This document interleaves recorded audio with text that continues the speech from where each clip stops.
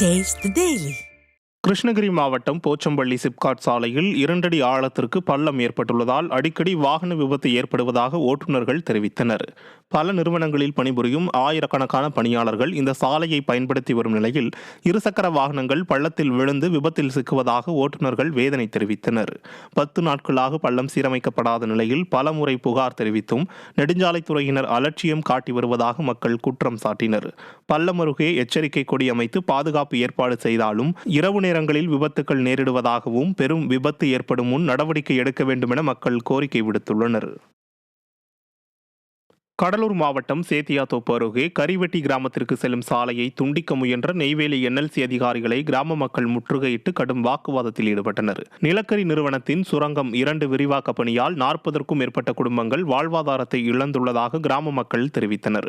இந்நிலையில் கிராமத்திற்கு செல்லும் சாலையை NLC நிர்வாக அதிகாரிகள் துண்டிக்க முயன்ற போது அங்கு திரண்ட கிராம மக்கள் அவர்களை முற்றுகையிட்டு வாக்குவாதத்தில் ஈடுபட்டதால் பரபரப்பு ஏற்பட்டது. வேலை வாய்ப்பு, உரிய இழப்பீடு வழங்க வேண்டும் என கிராம மக்கள் வைத்த கோரிக்கையை 10 நாட்களில் தீர்வு காண்பதாக அதிகாரிகள் உறுதியளித்தனர். தூத்துக்குடி NTPL அனல் மின் நிலைய ஒப்பந்த ஊழியர்கள் ஊதிய உயர்வு உள்ளிட்ட கோரிக்கைகளை வலியுறுத்தி 27வது நாளாக தொடர் வேலைநிறுத்த போராட்டத்தில் ஈடுபட்டுள்ளனர். செவ்வாய்க்கிழமை முதல் அனல் மின் நிலையம் முன்பு உண்ணாவிரத போராட்டத்தில் ஈடுபட்டு வருகின்றனர். ஒப்பந்த ஊழியர்களின் தொடர் வேலைநிறுத்தத்தால் அனல் மின் நிலையத்தில் மின் உற்பத்தி முழுமையாக பாதிக்கப்பட்டுள்ள நிலையில் சுமார் 100 கோடி ரூபாய் அளவுக்கு வருவாய் இழப்பு ஏற்பட்டுள்ளது. தஞ்சாவூர் மாவட்டம் கும்பகோணத்தில் செவ்வாய்க்கிழமை நடைபெறுவதாக இருந்த பணியிட மாறுதல் தொடர்பான கலந்தாய்வு கூட்டம் திடீரென ரத்து செய்யப்பட்டதால் அரசு செவிலியர்கள் ஆர்ப்பாட்டத்தில் ஈடுபட்டனர்.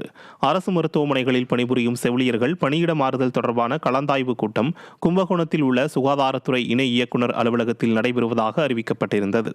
இதற்காக மாவட்டத்தின் பல்வேறு பகுதிகளிலிருந்து 75க்கும் மேற்பட்ட செவிலியர்கள் காலையிலேயே வந்திருந்த நிலையில் பகல் 1 மணி அளவில் கலந்தாய்வு கூட்டம் ரத்து செய்யப்படுவதாக அறிவிக்கப்பட்டதால் செவிலியர்கள் மிகுந்த அவதிக்குள்ளாகினர். விடிய ஆட்சியில் அரசு ஊழியர்களை வஞ்சிப்பது தொடர்கதையாகிவிட்டதாக விமர்சனம் எழுந்துள்ளது.